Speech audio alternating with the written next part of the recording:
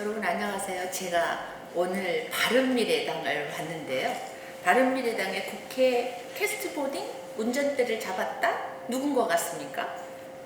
여러분들이 굉장히 요즘 맹활약을 하고 있고 눈물도 보셨지요. 안타까움도 알고 있을 겁니다. 그래서 오늘 바른미래당의 오신환 원내대표를 만나러 왔습니다. 안녕하세요, 대표님. 네, 안녕하세요. 네, 고생하시죠. 예, 뭐 정치가 생각보다 쉽지가 않아요. 그렇죠. 네. 혁신은 뭔가요? 혁신은 변화하는 것이죠. 그리고 지금 가만히 머물러 있는 것이 아니라 네. 국민들 속으로 들어가서 국민들이 원하는 것에 맞춰 좀 새로움을 찾는 것이 아닌가 이렇게 생각합니다. 바른미래당 지금 혁신 때문에 막 속상하시죠? 네. 당이 혁신하기 위해서 혁신위를 만들었는데 네. 이제 구세력이 그것을 붙잡고 있어서 너무 안타깝고요. 사실은 당의 필요에 의해서 젊은 40대 미만의 젊은 혁신위원들로 구성이 돼서 거기서 기대를 하고 당이 변화하길 바랬는데 혁신위마저 좌초되고 큰 내용 속에 있어서 국민들께 좀 송구스럽고 네. 또 그 젊은 정치인들한테는 이 선배 정치인으로서 제가 죄송하고 송구스러운 마음에 눈물도 좀 보이고 그랬습니다. 그때는 많은 분들이 굉장히 마음이 아프다고 하더라고요. 네. 네. 그 이번에 송구한 마음을 바른미래당의 방향은 혁신이지 않겠습니까? 예. 국민에게 한 말씀 해주시죠. 국민 여러분 정말 죄송하고 송구스러운 마음입니다.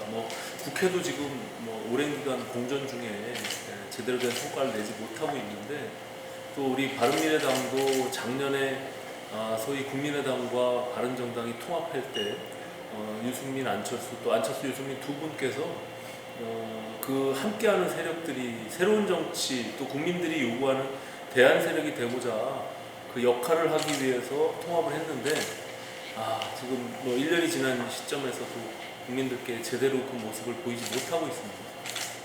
송구스러운 마음이고요. 우리 말씀하신 대로 당이 좀 혁신하고 또 변화해서 힘을 길러내서 국민들께 신뢰를 줄 수 있는 그런 정당으로 다시 거듭나기를 바라는 마음입니다. 열심히 하겠습니다. 네. 송구스럽기만 하면 안 되고요. 제가 이번 기회에 송구스러운데 정말 혁신을 우리 대표님께서 앞으로 좀 이렇게 좀 가려고 하니 좀 지켜봐 주십시오. 아니면 네. 지지해 주십시오 하고 한 말씀 좀 해주시죠. 일단 당의 정체성이 굉장히 중요할 것 같습니다. 우리 당의 구성원들이 어디를 지향하고 있는지 그 속에서 국민들이 바른미래당은 뭐 하려고 하는 정당이냐 이것이 가장 중요한 문제인데 그것을 찾아가는 과정이 상당히 좀 고통도 있었고 현재까지 좀 그것이 명확하지 않은 부분들이 있습니다. 그래서 그 부분들을 좀 명확히 할 필요가 있다는 생각이 있고요. 저는 기본적으로 당이 좀 젊은 정당이 됐으면 좋겠어요. 네. 이 부분은 그냥 물리적으로 나이가 젊다는 것이 아니라 국민들이 요구하는 부분들에 대해서 능동적이고 적극적으로 대응할 수 있는 그런 어떤 젊은 역동적인 그런 당이 됐으면 좋겠다는 생각이 있거든요. 그래서 저는 충분히 그런 역량들이 우리 바른미래당에 있다 이렇게 생각합니다. 그래서 젊은 정당이 됐으면 좋겠고 두 번째는 정책 정당이 됐으면 좋겠어요. 예, 그래서 우리 당에 많지 않은 의원님들이 대부분 각 분야에서 아주 전문성을 갖고 있는 훌륭한 의원님들입니다. 그래서 그런 것들이 좀 돋보일 수 있도록 해야 되는데 당이 이렇게 지금 4분 5일 돼 있기 때문에 그것이 잘 발현되지 못하고 있어서 안타깝고 마지막 세 번째는 어느 정당보다 정의로운 정당이 됐으면 좋겠어요. 네. 예, 우리 사회의 가장 큰 이슈는 저는 공정에 대한 아젠다라고 생각하거든요. 그렇죠. 이 젊은이들이 분노하는 것도 이 사회가 공정하지 못하다 이런 생각을 갖고 있기 때문이거든요. 그래서 우리 바른미래당이 어떠한 사안에 대해서 이것이 이념이나 진영의 논리가 아니라 정말 정의로우냐 이런 부분들에 대한 잣대로 중심을 잡아가는 그런 정당이 됐으면 좋겠다 이렇게 생각합니다. 지금 원내대표의 말씀을 들으면서 여러분들 어떻게 생각하십니까? 정확하게 국민의 니즈를 알고 있는데 이제 실천만 남은 것 같습니다. 국민의 바람입니다. 네, 사실 네. 네. 이번 정부의 추경안에 대한 생각은 뭐가 좀 있나요? 추경이 사실은 한 90여일 정도 제출한 지 이렇게 지금 멈춰져 있는 상황이 있는데요. 일단 추경을 통해서 모든 정부들이 매년 이렇게 그냥 반복적인 습관적인 추경을 통해서 뭔가 국민들께 사실상 경제 효과가 부재함에도 불구하고 있는 것처럼 포장하는 것은 좀 저는 지양해야 된다. 그래서 우리가 국가재정법이나 이런 것들을 좀 강화해 놓은 것이거든요. 특별한 사유가 있을 때만 추경을 해라. 왜냐하면 예산에 대한 추계가 제대로 안 됐기 때문에 그 수입 지출에 대한 부분들이 남기 때문에 결국엔 추경을 편성하는 거 아니겠습니까? 요번에 이제 6조 7천억 원에 대한 추경 중에 3조 6천억 원이 결국엔 국채를 발행해서 빚을 내서 추경을 하는 겁니다. 근데 그 추경의 효과라는 것이 과연 적절하게 그것이 나타날 것이냐 이런 것에 대한 의문점들이 있어요. 왜냐하면 작년에 올해 본 예산을 편성할 때 470조에 가까운 슈퍼 예산들을 편성했지 않습니까? 그 예산에 대한 집행률이 굉장히 많이 써가지고 추경을 통해서 다시 예산을 투입해야 될 그런 상황이 아니거든요. 그래서 긴급하게 지금 뭐 재난 예산이라고 하는 지금 강원도에 있는 산불 그리고 포항의 지진 뭐 이런 부분들은 저희가 예비비를 쓸 수 있도록 되어 있어요. 그래서 지금 추경이 진행이 안 되니까 어저께 급기야는 이제 예비비를 쓰겠다 이런 언론의 기사가 나오고 있거든요. 그래서 저는 진작에 그냥 예비비로 써도 되는 것을 굳이 추경이라는 것을 통해서 뭔가 현혹하려고 하는 듯한 그런 액션들은 저는 불필요하다 이렇게 생각이 듭니다. 그러니까 예비비로 가능한데 추경까지 굳이 또 올 필요가 없는 거였네요. 제가 봤을 땐 그런 부분들이 없지 않아 많이 있었죠. 물론 뭐 그 중에 아주 소수 필요한 부분들이 있을 수도 있습니다. 하지만 지금 재난 예산의 경우는 그런데 쓰라고 예비비가 있는 거거든요. 그래서 충분히 그 예산 범위 내에서 할 수 있는 거가 있었고 또한 3조 6천억 원을 빚을 내서 한다는 것은 지금 재정 건전성에도 적절하지 않다 이렇게 보는 겁니다. 그래서 빚내서 하는 추경을 하지 말자라는 게 기본적인 저희 바른미래당의 입장이었습니다. 그럼 국채를 발행한다라는 돈이 아까 3조 6천억. 이 국민들이 이 돈을 얼마큼 체감할지를 모르겠습니다. 원부터 시작하죠. 1, 10, 100, 1000, 만, 10만, 100만, 1000만? 이거 1000만 원도 서울시 국민의 몇 프로가 200만 원이 없다고 제가 알고 있거든요. 현금이요. 그렇게 조사가 있었는데 100만, 1000만, 10억, 100억, 1000억, 10억, 100억, 1000억, 조, 2조, 3조, 4조, 5조, 6조. 와, 어마어마한 돈이죠, 사실. 야, 우리 국회의원님들께서 이 돈을 정말 일시백천 하면서 한번 체감을 하셔야 될 것 같습니다. 지금 뭐 가계부채도 굉장히 급증돼 있는 상태고 이것이 다 세금을 통해서 우리가 쓰는 건데 국가가 또 빚을 내서 우리 가계에서도 수입에 맞춰서 잘 운영하잖아요. 근데 마이너스 통장을 무한정 쓸 수 있다 이렇게 생각하면 이게 해프게 될 수밖에 없는 거죠. 그거는 미래 세대에게 우리가 짐을 줄 수밖에 없기 때문에 이게 일반 예산을 본 예산을 지금 준비하는 것도 아니고 추경 자체를 빚을 내서 지금 이렇게 막 긴급하게 투입할 상황이냐 이런 점에 대한 의구심이 있는 것입니다. 제가 우리 원내대표님에게 어쨌든 국회에 굉장히 중요한 캐스포딩 운전대를 잡고 있는 우리 오신환 원내대표님에게 여러분들께서 상상도 할 수 없는 이런 돈들이 국채로 발행이 된다는 것을 좀 체감할 수 있도록 이론부터 한번 시작 한번 하겠습니다. 자, 한번 보고 이 손가락을 좀 해주면서 좀 해주시죠. 1, 10, 100, 1000, 만, 10만, 100만, 1000만, 억, 10억, 100억, 1000억, 조 됩니다. 2조. 2조, 3조, 6천억 됩니다.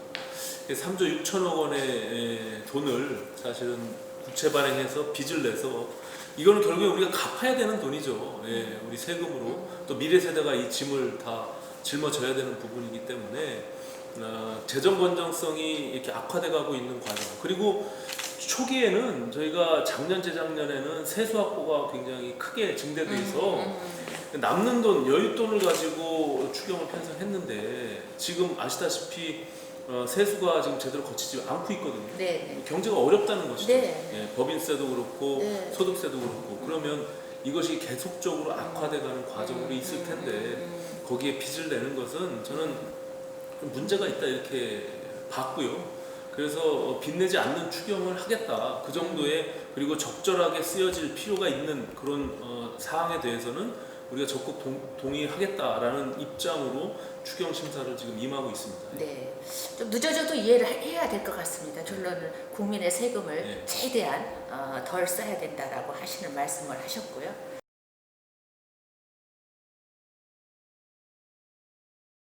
또 요즘 일본 네. 핫하죠. 네. 저는 경제 보고 국민들이 정말 요즘 자존심 상해 하더라고요. 네, 그래서 어떻게 하면 좀 잘 해결을 돼야 하겠지만 어떻게 좀 진행될 것 같습니까? 아 정말 어려운 문제입니다. 이게 좀 국가적으로도 큰 위기라고 생각을 하고요. 저희 뭐 우리 한국민들에 대한 뭐 정서는 기본적으로 일본과의 관계 속에서 역사 문제가 있지 않습니까? 네. 그래서 그런 문제에 대해서 정치나 외교로 풀어야 될 문제를 일본이 경제적인 보복을 하는 행위는 절대 용납할 수가 없습니다. 이 부분에 대해서는 동의하기가 굉장히 어렵고요.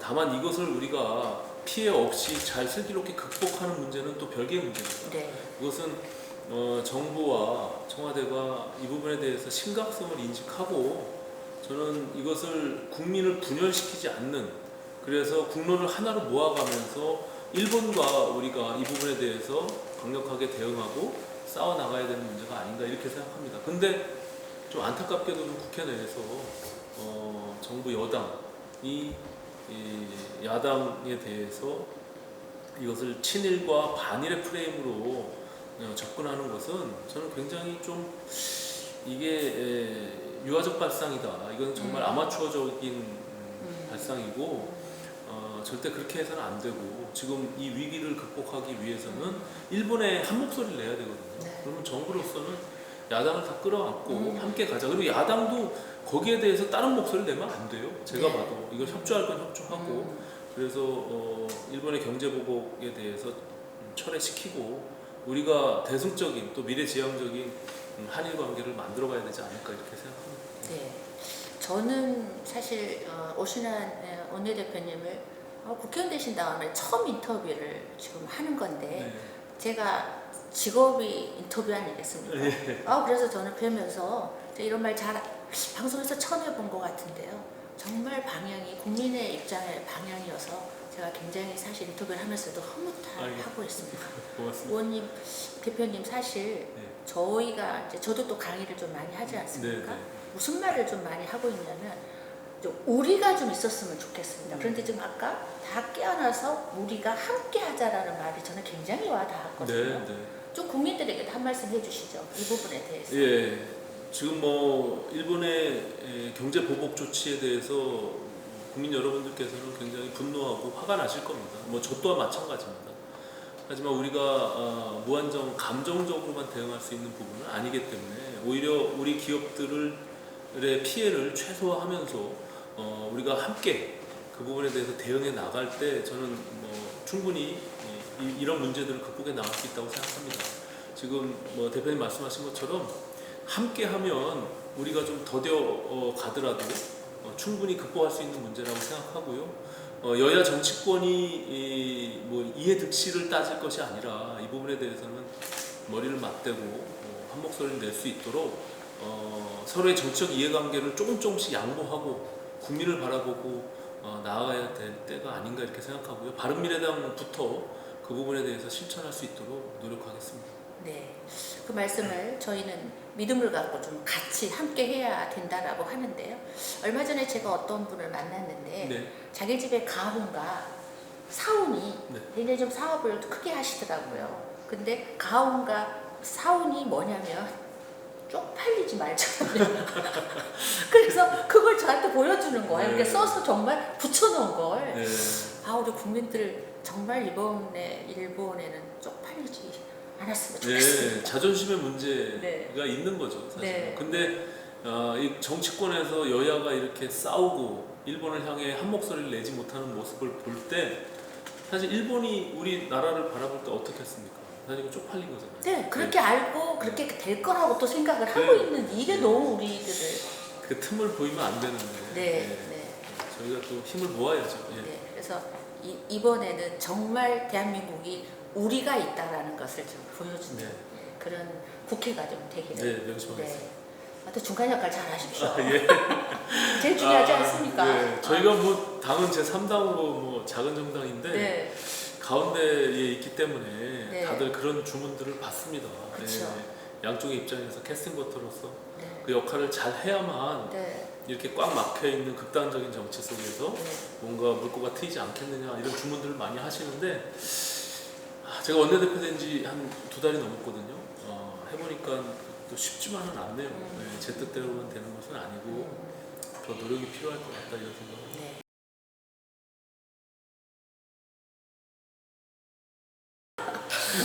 지금 여러 가지가 맞물려 있는 이 국회를 사실 국민들이 많이 외면하고 있습니다. 그러면 안 되잖아요. 저는 이제 오랫동안 국회에 계시는 분들이 어쨌든 우리의 대변자들이잖아요. 한 명 한 명이 입법기관이고 이분들을 외면하면 저는 안 된다라고 생각하는데 지금 상황들이 패스트트랙이나 뭐 이런 내용들이 지금 풀리지 않고 있으니까 좀 마음대로 해라 이제 막 이러는 것 같아요. 네. 저도 그래서- 그렇죠. 네. 지역을 다녀보면 네. 국민들이 이제는 뭐 실망해서 분노에서 허탈로 뭐 이제는 아까 지금 대표 말씀처럼 모르겠다 니네들 마음대로 해라 어차피 뭐 정치가 나한테 도움도 안 되는 거 네. 이런 상황이 돼서 너무너무 안타깝고 정말 송구스러운 마음이에요. 왜냐하면 저는 그런 생각이 있거든요. 정치가 모든 문제를 해결할 수는 없지만 그래도 국민들께 좀 위안이 되고 희망이 돼야 되잖아요. 네. 근데 오히려 걱정을 끼쳐드리고 네. 정치에 대해서 손가락질하고 욕을 하게 되니까 모르겠어요. 이제 그 욕하면서 이제 스트레스가 풀릴지 모르겠으나 욕도 안 해요 요즘은. 그래요? 정말 포기. 그것처럼 정말 가슴 아픈 일이 없는 건데 네. 정말 안타까워요. 네. 정치가 왜 그럴까? 제가 한 분 한 분 국회의원들을 보면 참 훌륭하고 네. 능력이 뛰어나신 분들인데 네. 이 여의도 국회에만 들어오면 이것이 진영 대 진영으로 놓여서 이렇게 싸움박질하고 서로의 입장만 주장하는 한치의 양보도 없는 이런 정치 구조 이걸 어떻게 극복할까? 이건 이제 제도와 시스템의 문제일 수 있거든요. 그래서 저는 그 부분의 문제도 우리가 좀 정치권이 이게 더 이상 이렇게 가면 공멸한다라는 위기의식을 갖고 국민들께 신뢰를 회복할 수 있는 그런 시스템을 만들어 나가는 것이 무엇일까? 뭐 결국에 협치의 구조를 만들어야 되는데 지금의 상태에서는 협치가 될 수 없는 좀 어려운 그런 상황이 있습니다. 이게 상황만 계속 있으면 안 되거든요. 네. 제가 대표님에게 한번 물어보겠습니다. 사랑의 반대가 뭐죠? 사랑의 반대, 무관심 아니면 무관심. 네. 그러면 제일 무서운 말이거든요. 그렇죠. 네, 그래서 차라리 막 뭐라 그러고 막 그러면 그렇죠. 더 괜찮대. 미워하고 증오하고 막 이런. 그건 그나마 좀 뭔가 관심이 있어서 그런다 네, 그러거든요. 네. 그런데 무관심은 정말 무섭다라고 해요. 그렇죠. 그래서 저는 이제 국회가 그런 무관심, 국민의 무관심 속에 간다라고 하면 결론은 이게 국민의 손해지 않겠습니까? 물론입니다. 네. 최종적인 저는 이 국가 운영의 가장 중요한 의사결정을 정치인들이 하거든요. 네, 근데 그 중요한 의사결정을 하는 정치권에 국민들이 무관심하거나 이제 아예 방치 수준으로 니네들 마음대로 해라 이런 것은 국가적으로 국민들한테 큰 손해가 되는 네. 것이죠. 저는 그렇게 되지 말아야 됩니다. 네. 그래서 우리 국민들께서 절대 손해보는 거 하지 마시자고요. 그래서 끝까지 관심 갖고 잘못한 건 잘못한다고 하고 잘하는 건 더 많이 박수치는 그런 우리 국민을 기대하겠습니다. 네.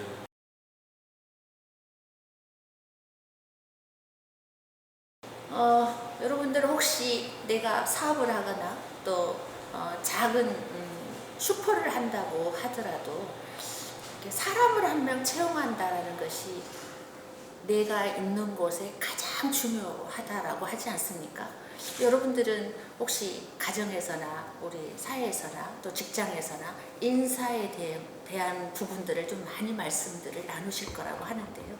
이번에 이제 정부가 윤석열 검찰총장이 임명을 강행하셨는데 뭐 이번만 강행한 게 아니라 지금 한 16명이 그동안에 강행됐다라고 네, 하네요. 네. 청문회. 그래서 청문회 왜 하는가 싶은데요.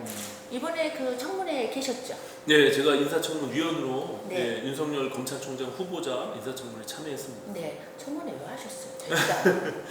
그게 지금 말씀하신 대로 지금 문재인 정부 들어 16명이나 청문보고서가 채택 없이 임명을 강행했거든요. 근데 과거에도 물론 과거 정부에도 그런 사례가 있긴 하지만 이렇게 일방적으로 임명을 강행하는 사례는 거의 많지 않았던 것 같고요.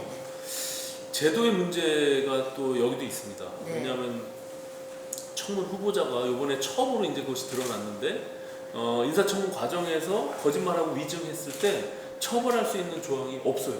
예. 아, 뭐 거짓말 해도 되네. 그렇습니다. 지금 제도로는 그렇습니다. 근데 우리가 법원에 가서 이렇게 선서하죠. 손 들고 선서해서 유증을 하면 그건 법에 위증죄로 처벌받죠. 네, 예. 그리고 국회에서의 증언 및 감정에 관한 법률에 보면 증인이나 참고인의 경우는 위증을 하게 되면 처벌을 받습니다.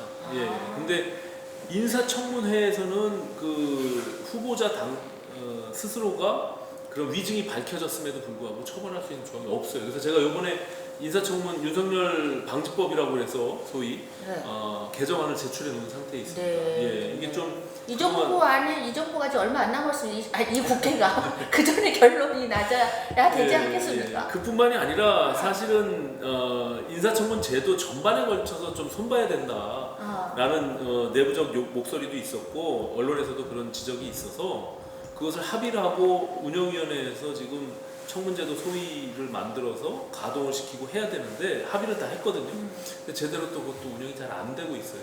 예를 들어서 지금 우리가 늘 도덕성과 역량과 자질을 같이 막 보니까 그냥 까발리고 뭐 이런 부분들에 대해서 국민들이 좀 염증을 내잖아요. 근데 미국의 인사청문 제도는 오랜 시간 동안 그것을 담당하는 또 국회 내에 그런 시스템들이 있어서 철저하게 도덕성에 대한 검증을 하고 그걸 거친 사람만 청문회에 올라오게 되거든요. 네. 그러니까 1차적인 검증이 되니까 그 이후에는 뭐 장관 후보자로서 국무위원으로서의 역량과 자질만 검증하면 되는 것이죠. 뭐 부인의 문제나 뭐 재산이나 사생활의 문제 뭐 이런 것이 아니라 정말 본인이 그 국정 철학이나 지금 어떤 방향으로 그 부처를 운영할 것인지 또 자기가 평소 살아왔던 소신이나 뭐 이런 것들 역량이나 자질들에 집중해야 될 필요가 있는데 그렇지 못한 것이 태반이죠. 그래서 아시다시피 지금 후임 장관들을 구하지 못하고 있다. 왜냐하면 청문회에서 너무 까발려지니까 안 하려고 하죠. 예, 절대.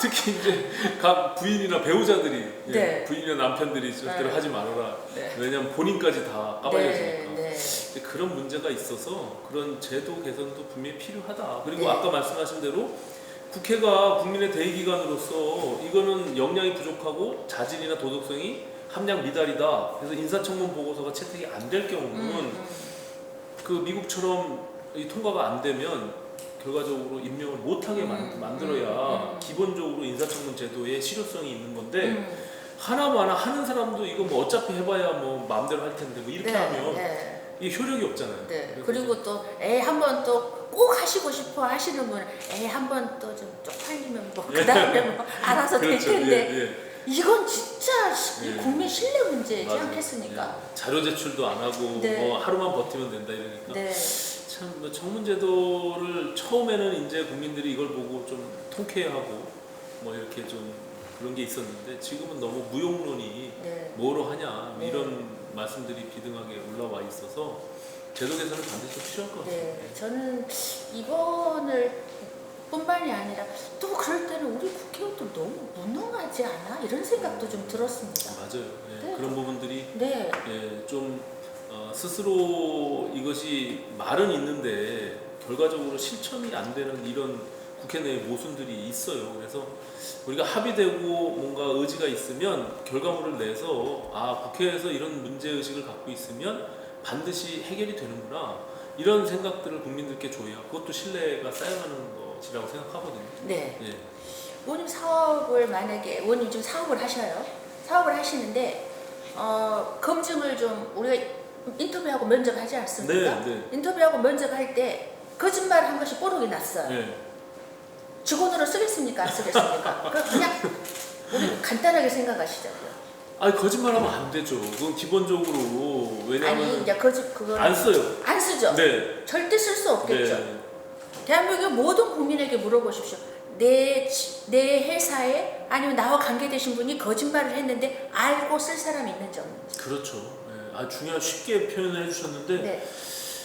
그래서 이제 인사청문회 과정에서 이런 거짓말한 거, 위증한 것이 드러나면 임명권자가 결단을 내려야 되는 것이거든요. 근데 그거 뭐 아무 상관없는 것처럼 그냥 밀어붙이고 강행하면 결국에는 사실 국민들로서는 맥 빠지는 거죠. 예. 그래서 강행을 하시는 그분에게 국회가 어떤 역할을 못한다라고 한다라면 국회가 왜 있습니까? 맞아요. 예. 제도의 문제이기도 하고 국회가 또 그럼으로 인해서 또 신뢰가 추락하는 것이고 좀 아쉬움이 있습니다. 그렇지만 그러더라도 저는 지치지 마십시오라고 말하고 싶거든요. 네. 이제 어느 날 국회에도 그래 우리도 대충 넘어가자 뭐 어차피 임명권자 마음대로 할 텐데 이렇게 되면 국민처럼 이렇게 되면 안 되잖아요. 그러게요. 예. 그렇게 되면 이제 결국엔 망하는 길로 가는 거죠. 네. 아무래도 국무위원의 역할은 너무나 중요한 것이거든요. 네. 근데 사실은 뭐 과거 정부도 그런 논란이 있었습니다만 청와대 권력이 워낙 세서 네. 예, 각 부처 장관이 각 부를 통할하고 나름대로 인사권과 그런 어떤 권한들을 가지고 부처의 역할들을 해야 되는데 네. 전부 그냥 청와대만 바라보고 있으니 이 장관의 힘이 실릴 리가 없죠. 네, 맞습니다. 그러니까 전부 청와대 비서들이 그냥 전면에 나서서 나라를 다스리는 이런 아주 잘못된 이런 형태는 정말 개선돼야 됩니다. 이거는 과거에 민주당 그리고 문재인 대통령께서 늘 하던 말이고 대통령께서 당선되면 광화문 시대를 열겠다고 한 것이 사실은 불과 3년 전인데 광화문 시대 뭐 포기했고 또 처음에 한번 보세요. 정말 처음에 시작할 때 소통하고 국민들이 정말 열광적으로 박수 쳤잖아요. 네. 예, 비서관들하고 제가 청와대 옆집이니까 얼마나 잘하겠습니까? 국민들하고 네. 소통하고 또 비서관들하고 정말 격의 없이 저 국회에 당선인 신분으로 찾아오셨어요. 예, 그때 기대를 크게 했습니다.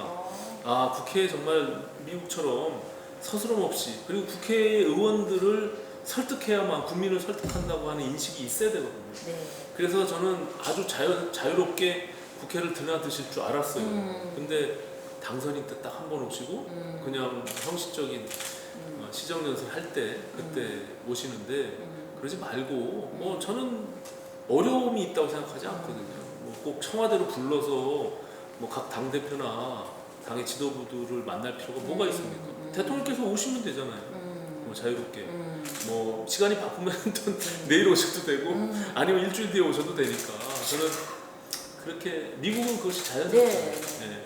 다음 대통령한테 기대를 될 것 같습니다. 그런데 네. 제가 이렇게 보니까 대통령이 참 착한 것 같아요. 그래서 그냥 이렇게 마음대로 안 되는 것 같아요. 네, 감사합니다.